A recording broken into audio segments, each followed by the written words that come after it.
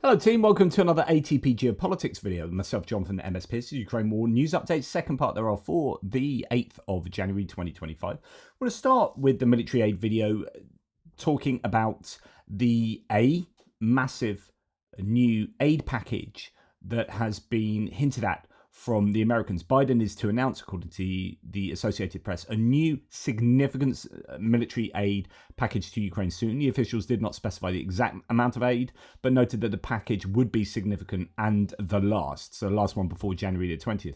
Question is, will they exhaust the entirety of the presidential drawdown authority that they have left? I mean, that could be to the tune of something like $4 billion. It could be that large. Other people are doubting that that would be the case. So here, no report says the Pentagon is set to announce a large final military aid package to Ukraine during the upcoming Ramstein meeting. That's tomorrow, per the AP. The exact amount is unknown, but around $4 billion remains unused. However, it's not expected to be the full amount. And that would leave the Trump administration with some wiggle room to continue to give some aid. Whether they will or not is a different question. So Zelensky has said today there are many meetings. This was yesterday. We are preparing for Ramstein in terms of subject matter. This year should be as productive for us in the negotiations on Ukraine's accession to the EU as Ukraine needs, and therefore the security of our entire Europe. This year, Poland will first chair the EU, and Denmark will chair the second half of the year. Our very responsible partners. From the Ukrainian side, we will provide everything necessary to make and take the right steps. So it could be a good year for Ukraine with regard to the EU, less so maybe with regard to the US. At the next, although it might still be, but some of the signs coming out of the US, they're so up and down. I think Keith Kellogg not going to do his fact-finding mission to Kiev is probably a sign, probably a negative sign, is my guess. And I think the fact that the US has said that they are not going to rule out military intervention in Panama and in Greenland with Denmark means that you could have, and I know it's going to be congressionally very difficult for them to do this, but at least rhetorically, this is undermining NATO, this is undermining the alliance, and therefore the unified support of Ukraine. This is very serious what's going on at the moment. Elon Musk is not helping. Trump is just riding on a wave of insane rhetoric from places that should just shut the hell up, and people. Anyway, at the next Ramstein meeting, a defense capability plan for Ukraine through 2027 will be outlined, says the Pentagon. The 25th meeting, the Ukraine Defense Contact Group, will take place on January the 9th.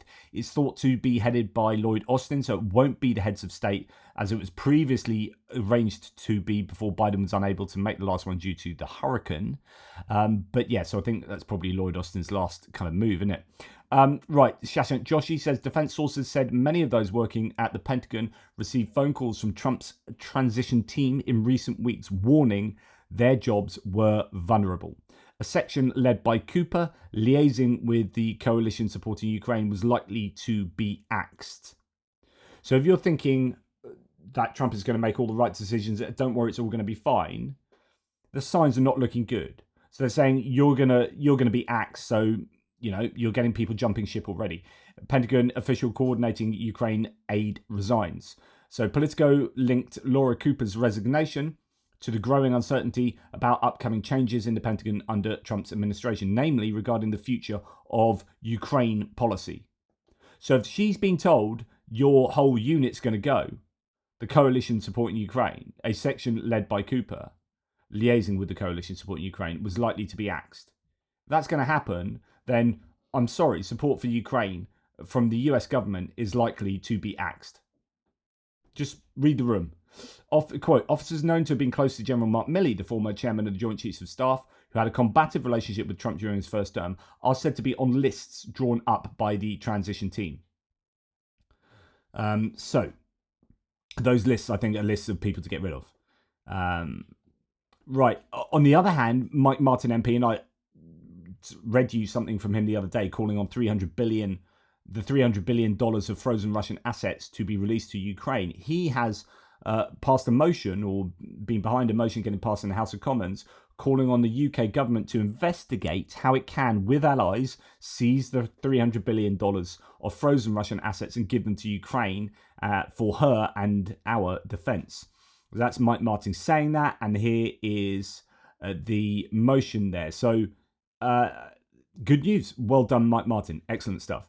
Iceland allocated over $2 million themselves to fund production of Ukrainian weaponry. Interesting, because Iceland doesn't have an army, standing army.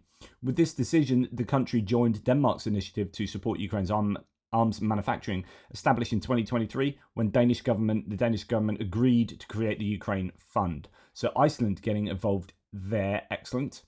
Now, big news potentially. Ukraine has received its first Kf-41 Lynx infantry fighting vehicle from Rheinmetall.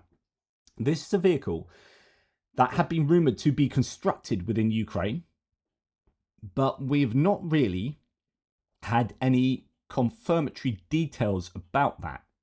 Rheinmetall says no reports delivered the first Lynx to Ukraine for field tests before full-scale production begins. The 45-ton vehicle, armed with a 30mm cannon and Spike LR2 missiles, Spike, those are Israeli missiles, I think, carries 9 troops and is powered by a 1,463 horsepower engine. Production in Ukraine is planned. There's a big difference between planned and chucking out IFVs for the Ukrainian army to use right now. What we'd like to see is that production facility to have been already finished and these to be rolling off the production line. But I don't know that's going to happen.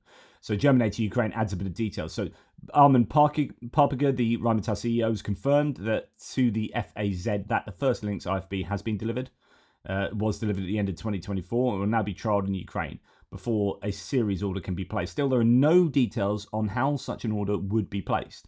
After all, a corresponding order with a reasonable number of infantry fighting vehicles would cost hundreds of millions or potentially billions of euros, which is why you would kind of want Ukraine to be building these under license in Ukraine so they can just get money and build them possibly cheaper without making as much sort of profit necessarily as would be the case if they were being made abroad, and so on and so forth. So we'll have to see what's going on there. I'm sure Germany to Ukraine will keep us updated with that one. Okay, we're going to see more and more unmanned ground vehicles be used. Russia and Ukraine have both been working on a huge amount of UGVs, a whole variety of them, and here we have one combat UGV armed with a machine gun, but also towing an additional platform for logistics and evacuation. So good news there for the Ukrainians. Norway is to allocate $14 million for demining in Ukraine using mine detecting dogs. The Norwegian government has pledged 14 million euros for 2025 to support demining efforts, including a training centre in Romny established with Norsk Folkehjelp and Ukraine's SES. Excellent stuff there from Norway. Now, Ukraine has their recent push into Kursk, their added counters there, have been built on the back of excellent NATO electronic warfare, says Tim White. Now I can reveal, says Tim, their own radar lab will soon roll out its own electronic warfare to armed forces of Ukraine. Developers report successful testing of low-power RF radio frequency countermeasures for common drones. In Kursk, the only drones which have worked effectively for Russia were fiber-tethered drones, so the fiber optic drones. Radar Lab Ukraine is also hopeful of developing techniques to stop this threat too. They're moving to a new website, and you can go check them out there. So that's excellent stuff. You can follow people who are associated with that. So Greg Wolf and others on Blue Sky.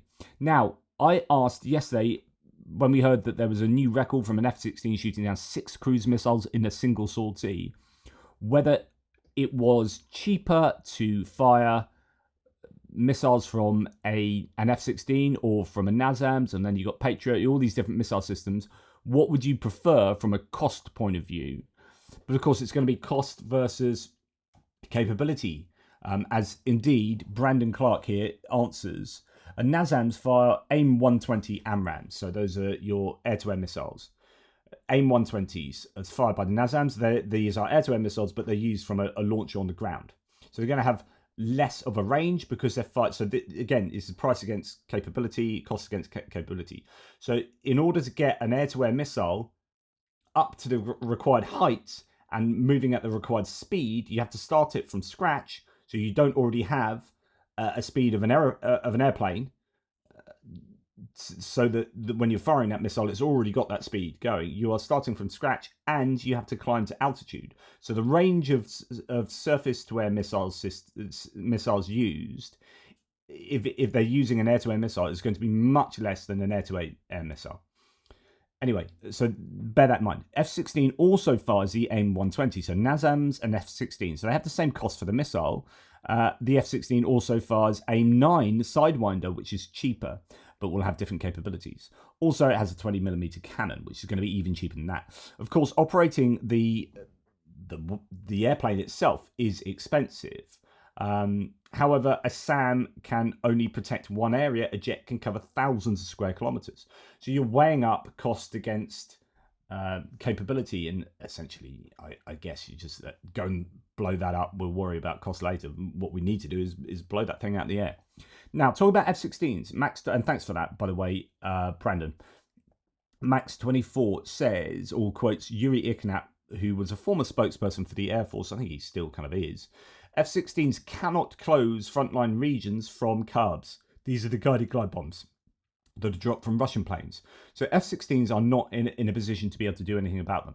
Partners have not transferred new aircraft. The fighter jets modifications are unable to withstand Russian ones in the sky. So I guess this means that the Ukrainian F-16s don't have the radar or missile range to compete with the Russian planes in the sky. So they are going to be unable to deal with shooting down the carriers of the CABs, which is a real frustration. Right, and good news, I'm going to be speaking with Jonathan Fink in a very short while, actually. And we are going to be discussing the successful campaign that we've just been involved with concerning the car for Ukraine. We are then going to drive 3 vehicles out ourselves that should end up looking something like this. Not exactly like this, because this vehicle that was previously delivered, because we did a really quick fundraising, so they already had some money to get one out there. And this is what the first one has been turned into, which is a rocket launcher. And already it's had the stabilizers whacked on the back, and a workshop out there has sorted this out. And isn't that fantastic that our vehicle, ATP Geopolitics vehicle, has already found its way out to Ukraine and is hopefully in the service of a unit already. It looks like it's pretty much ready to rock there. So that's awesome stuff. Really, really pleased about that. The last thing I'm going to talk about is mobilization, so often leave the kind of personnel things to the end. Ukraine's mobilization of men, says Thomas Tyner, is a mess. They are putting the cart before the horse. And he's going to talk about the problem that's been discussed a number of times. I've mentioned this, that all existing brigades lack infantry, and no one wins a war without infantry, but Ukraine is using freshly mobilized men to create new brigades while existing brigades bleed out on the line. But as soon as the new brigades are ready, they're broken up, and their infantry is then sent to plug the gaps in depleted brigades. This is the worst kind of mobilisation. Either put the new brigade as a whole units into the front to replace depleted brigades, which are then rebuilt in the rear, or form what are called marching battalions. In French, bataillon de marche. Italian, battaglioni de marcia. Maybe. German, Marschbataillon. Anyway, which only exist to provide replacement troops for depleted brigades. If all existing brigades are at full strength and uncommitted marching battalions remain, then new brigades, you can form new brigades with these battalions. During World War I, Italian infantry brigades consisted of around 6,500 men, who repeatedly lost up to 4,000 men within a few days of combat on the Isonzo front. However, it took just 3 days to bring depleted brigades back up to full strength, as the Italian army continuously formed marching battalions. And as winters led to lull in fighting on the Italian front, every spring the Royal Italian Army formed new brigades with the superfluous marching battalions. During World War II, the US Army activated its last divisions on 16th of August 1943, and for the rest of the war, the US Army only trained replacement troops to keep its divisions at full strength. Ukraine forming new brigades when all the existing brigades are brittle due to a lack of infantry is the main reason Russia advances. Creating new brigades, which are then broken up, creates a bunch of useless commands, a total waste of manpower. Ukraine needs to stop creating new brigades and focus on training replacement infantry for its existing brigades. That's something we've heard before, but I think that's put into more detail there by Thomas Tyner. So thank you for that, Thomas Tyner. Anyway, thank you for listening. Please like, subscribe, and share. Check out my live stream where we'll be talking about the fundraising. In the meantime, toodle pits, and speak to you soon.